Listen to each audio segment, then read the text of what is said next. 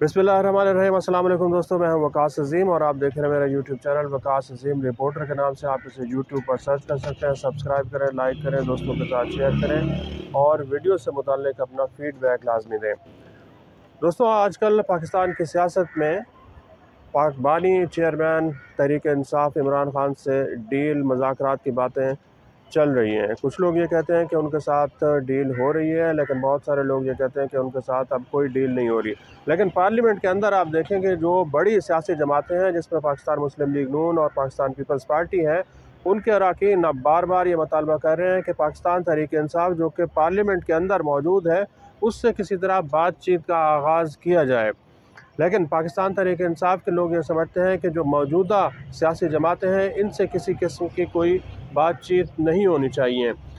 सैयद यूसुफ रज़ा गिलानी जो कि chairman senate हैं, उन्होंने भी एक इस्लामाबाद में तकरीब हो रही थी, उनसे ये कहा कि इस वक्त जब उन्होंने बातचीत की तो उनका ये कहना था कि पाकिस्तान की सियासत में इस वक्त बहुत ज़्यादा गर्मा गर्मी देखी जा रही है और इस माहौल को ठंडा करने की ज़रूरत है। जब तक तमाम सियासी जमातें एक दूसरे के साथ बैठेंगी नहीं, बातचीत नहीं करेंगी, तो मसाइल का हल नहीं निकलेगा। सदर आसिफ अली जरदारी ने भी जब मुश्तरका पार्लियामेंट के इजलास से खिताब किया तो उन्होंने भी पाकिस्तान तहरीक इंसाफ को यह ऑफ़र दी थी कि मुज़ाकरात करें, बातचीत करें, ताकि कोई रास्ता निकाला जा सके। अब बिहाइंड द सीन पस पर्दा कुछ क़ुव्वतें हैं जो कि पाकिस्तान तहरीक इंसाफ के बानी चेयरमैन इमरान खान के साथ बातचीत कर रही हैं और कोई रास्ता निकालने की कोशिश कर रही हैं। पार्लियामेंट के अंदर जब तक इन जमातों के दरमियान बातचीत का आगाज़ नहीं होगा, उस वक्त तक बर्फ़ नहीं पिघलेगी। तो पहला मरहला तो पाकिस्तान तहरीक इंसाफ के साथ बातचीत का ये है कि यहाँ पार्लियामेंट के अंदर एक कोई कमेटी बनाई जाए, जिसमें पाकिस्तान तहरीक इंसाफ के साथ साथ जो जितनी भी दीगर जमातें हैं उनको बिठाकर बातचीत शुरू की जाए। जब तक कमेटी नहीं बनेगी, उस वक्त तक मुज़ाकरात आगे नहीं बढ़ेंगे। फिर दूसरा मरहला ये होगा कि जब कमेटी बन जाए, मुज़ाकरात शुरू हो जाए, तो वो अपनी तजावीज़ जो हैं वो इमरान खान के पास ले जाए और इमरान खान को ये समझाने की कोशिश की जाए कि ये रास्ता है, इस रास्ते के ऊपर आप चलेंगे, ये तजावीज़ हैं, इन तजावीज़ के ऊपर अमल दरामद होगा तो तभी आप जेल से बाहर आएंगे। लेकिन बहुत ही सीनियर एक सियासतदान है, वकील रहनुमा है, हामिद ख़ान, वो ये समझते हैं कि अगर इमरान ख़ान डील के ज़रिए जेल से बाहर आए तो फिर उनकी जो सियासी जद्दोजहद है, उनकी इस वक्त जो सियासी तहरीक चल रही है, उसको बहुत ज़्यादा नुकसान पहुंचेगा और इमरान ख़ान का सियासी नुकसान बहुत बड़ा हो जाएगा। पाकिस्तान तहरीक इंसाफ के अंदर इसके ऊपर दो राय पाई जाती हैं। एक ग्रुप है वो ये चाहता है कि बातचीत को आगे बढ़ाया जाए, लेकिन बहुत एक पाकिस्तान तहरीक इंसाफ के अंदर ही एक बड़ा ग्रुप है, वो ये समझता है कि हुकूमत से किसी किस्म की कोई फेवर नहीं लेनी चाहिए, कोई डील नहीं करनी चाहिए और कोई बातचीत भी नहीं करनी चाहिए, क्योंकि ये जो ग्रुप है वो ये समझता है कि ये एक किस्म का NRO होगा।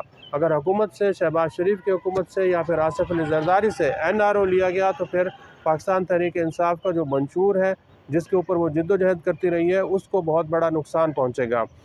अब पाकिस्तान तहरीक इंसाफ को एक पार्लियामेंट के अंदर भी एक ऐसे रहनुमा की ज़रूरत है जो मामलात को सुलझा सके। उनमें असद कैसर एक बड़ा नाम है, जो कि स्पीकर भी रह चुके हैं और पिछले 25-30 साल से इमरान खान के साथ भी खड़े हुए हैं। वो एक रहनुमा है जो एक इस वक्त जेल में नहीं है, उनके ऊपर इतने ज़्यादा मुकदमात भी नहीं हैं, तो वो अगर इनिशिएट करें तो फिर तमाम सियासी जमातों को बिठा सकते हैं। दूसरी सूरत ये है कि कुछ लोग ये समझ रहे हैं कि शायद शाह महमूद कुरैशी के हाथ में दोबारा पार्टी दी जा सकती है। वो पाकिस्तान तहरीक इंसाफ के अंदर जितने इख्तलाफात पाए जाते हैं, जितने ग्रुप्स पाए जाते हैं, जो लोग अलग अलग अपनी अपनी डेढ़ इंच की मस्जिद बना के बैठे हुए हैं, उन सब को इकट्ठा कर सकते हैं। तो या तो फिर शाह महमूद कुरैशी किसी डील के ज़रिए बाहर आ जाएं जेल से और फिर पार्लियामेंट का हिस्सा बन जाएं और फिर यहाँ से इतना बड़ा स्टेप होगा ये कि इसको भी अच्छा खासा टाइम लगेगा।